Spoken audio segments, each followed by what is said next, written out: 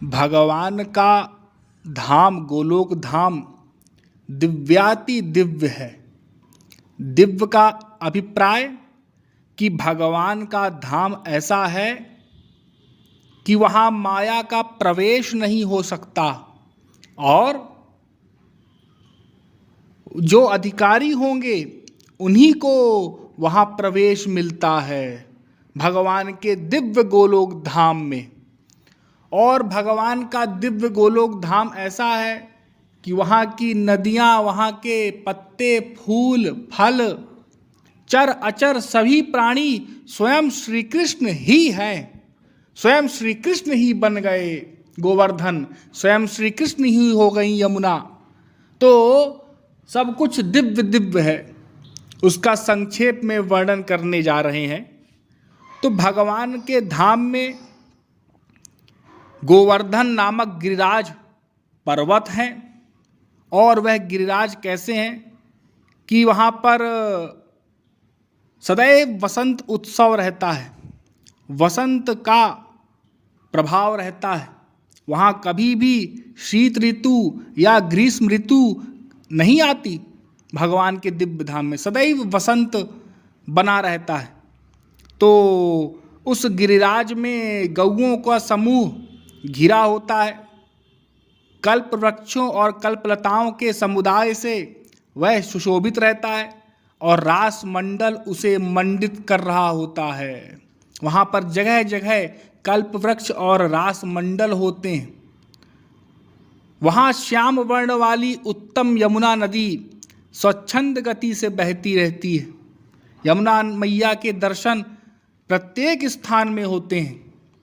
अब तो यमुना मैया जो यहाँ का वृंदावन है वहीं पर दर्शन होंगे, गोकुल में हो जाएंगे, बहुत से बहुत अन्य स्थानों पर लुप्त हो गई हैं, लेकिन वहाँ पर हर स्थान में यमुना मैया के दर्शन होते हैं। और तट पर बने हुए करोड़ों प्रासाद उसकी शोभा बढ़ाते हैं तथा उस नदी में उतरने के लिए वैदूर्य मणि की सुंदर सीढ़ियाँ बनी हुई हैं। वहाँ दिव्य वृक्षों और लताओं से भरा हुआ वृंदावन अत्यंत शोभा पा रहा है। भांति भांति के विचित्र पक्षियों, भ्रमरों तथा वंशीवट के कारण वहाँ की सुषमा और बढ़ गई है। वहाँ सहस्त्र दल कमलों के सुगंधित पराग को चारों ओर पुनः पुनः बिखेरती हुई शीतल वायु मंद गति से बहती रहती है। और वृंदावन के मध्य भाग में 32 वनों से युक्त एक निज निकुंज है। 4 दीवारियां और खाइयां उसे सुशोभित कर रही हैं। उसके आंगन का भाग लाल वर्ण वाले अक्षय वटों से अलंकृत है और पद्म राग आदि 7 प्रकार की मणियों से बनी दीवारें तथा आंगन के फर्श बड़ी शोभा पाते हैं। करोड़ों चंद्रमाओं के मंडल की छवि धारण करने वाले चंदोवे उसे अलंकृत कर रहे हैं तथा उनमें चमकीले गोले लटक रहे हैं। जगह जगह पर श्रृंगार है, जगह जगह पर मणिमाणिक से युक्त दीवारें हैं, ऐसी ईंट पत्थर की नहीं। और वे सब दिव्य दिव्य मणियाँ हैं। मैंने बताया कि वहाँ जितने भी चर अचर हैं सब कुछ दिव्य है। ये साधारण मणियाँ नहीं हैं, महापुरुष ही मणियाँ बन गए। जो दिव्य संत जिनको ऐसा जिनकी वो उच्च भाव थी, जिनका स्थिति थी, उनको ही ऐसा अवसर मिला, उनको सौभाग्य मिला। तो इस प्रकार की वहाँ की दीवारें हैं, आंगन है, फर्श है और करोड़ों चंद्रमाओं के मंडल की छवि वहाँ पर चंदोवे के रूप में झलंकृत होती रहती है, अलंकृत होती रहती है। दिव्य प्रकाश पूरे गोलोक धाम में प्रकाशित है। वो दिव्य प्रकाश से फहराती हुई दिव्य पताकाएं एवं खिले हुए फूल मंदिरों एवं मार्गों की शोभा बढ़ाते हैं। वहाँ भ्रमरों के गुंजारव संगीत की सृष्टि करते हैं तथा मत्त मयूरों और कोकिलों के कलरव सदा श्रवण गोचर होते हैं। वहाँ बाल सूर्य के सदृश कांतिमान अरुण पीत कुंडल धारण करने वाली ललनाएं शत शत चंद्रमाओं के समान गौरवर्ण से उद्भासित होती हैं। स्वच्छंद गति से चलने वाली वे सुंदरियां मणि रत्नमय भित्तियों में अपना मनोहर मुख देखती हुई वहाँ के रत्न जटित आंगनों में भागती फिरती हैं। उनके गले में हार और बाहों में केयूर शोभा देते हैं। नूपुरों तथा करधनी की मधुर झंकार वहाँ गूंजती रहती है। वे जो गोपांगनाएं हैं वे मस्तक पर चूड़ामणि धारण किए रहती हैं और वहाँ द्वार पर कोटि कोटि मनोहर गौओं के दर्शन होते हैं। और वे गौएं कैसी हैं? दिव्य आभूषणों से विभूषित हैं और श्वेत पर्वत के समान प्रतीत होती हैं। सब की सब दूध देने वाली तथा नई अवस्था की हैं। सुशीला, सुरुचा तथा सद्गुणवती हैं। सभी सवत्सा और पीली पूंछ की हैं। ऐसी भव्य रूप वाली गौएं वहाँ सब ओर विचर रही हैं।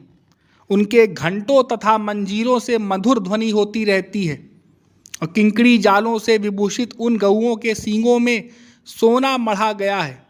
वे सुवर्ण तुल्य हार एवं मालाएं धारण करती हैं। उनके अंगों से प्रभा छिटकती रहती है। सभी गौएं भिन्न भिन्न रंग वाली हैं। कोई उजली, कोई काली, कोई पीली, कोई लाल, कोई हरी, कोई तांबे की रंग की और कोई चितकबरे रंग की है। किन्हीं किन्हीं का वर्ण धुएं जैसा है। बहुत सी कोयल के समान रंग वाली हैं। दूध देने में समुद्र की तुलना करने वाली उन गायों के शरीर पर तरुणियों के करचिन्ह शोभित हैं, अर्थात युवतियों के हाथों के रंगीन छापे दिए गए हैं। हिरण के समान छलांग भरने वाले बछड़ों से उनकी अधिक शोभा बढ़ गई है।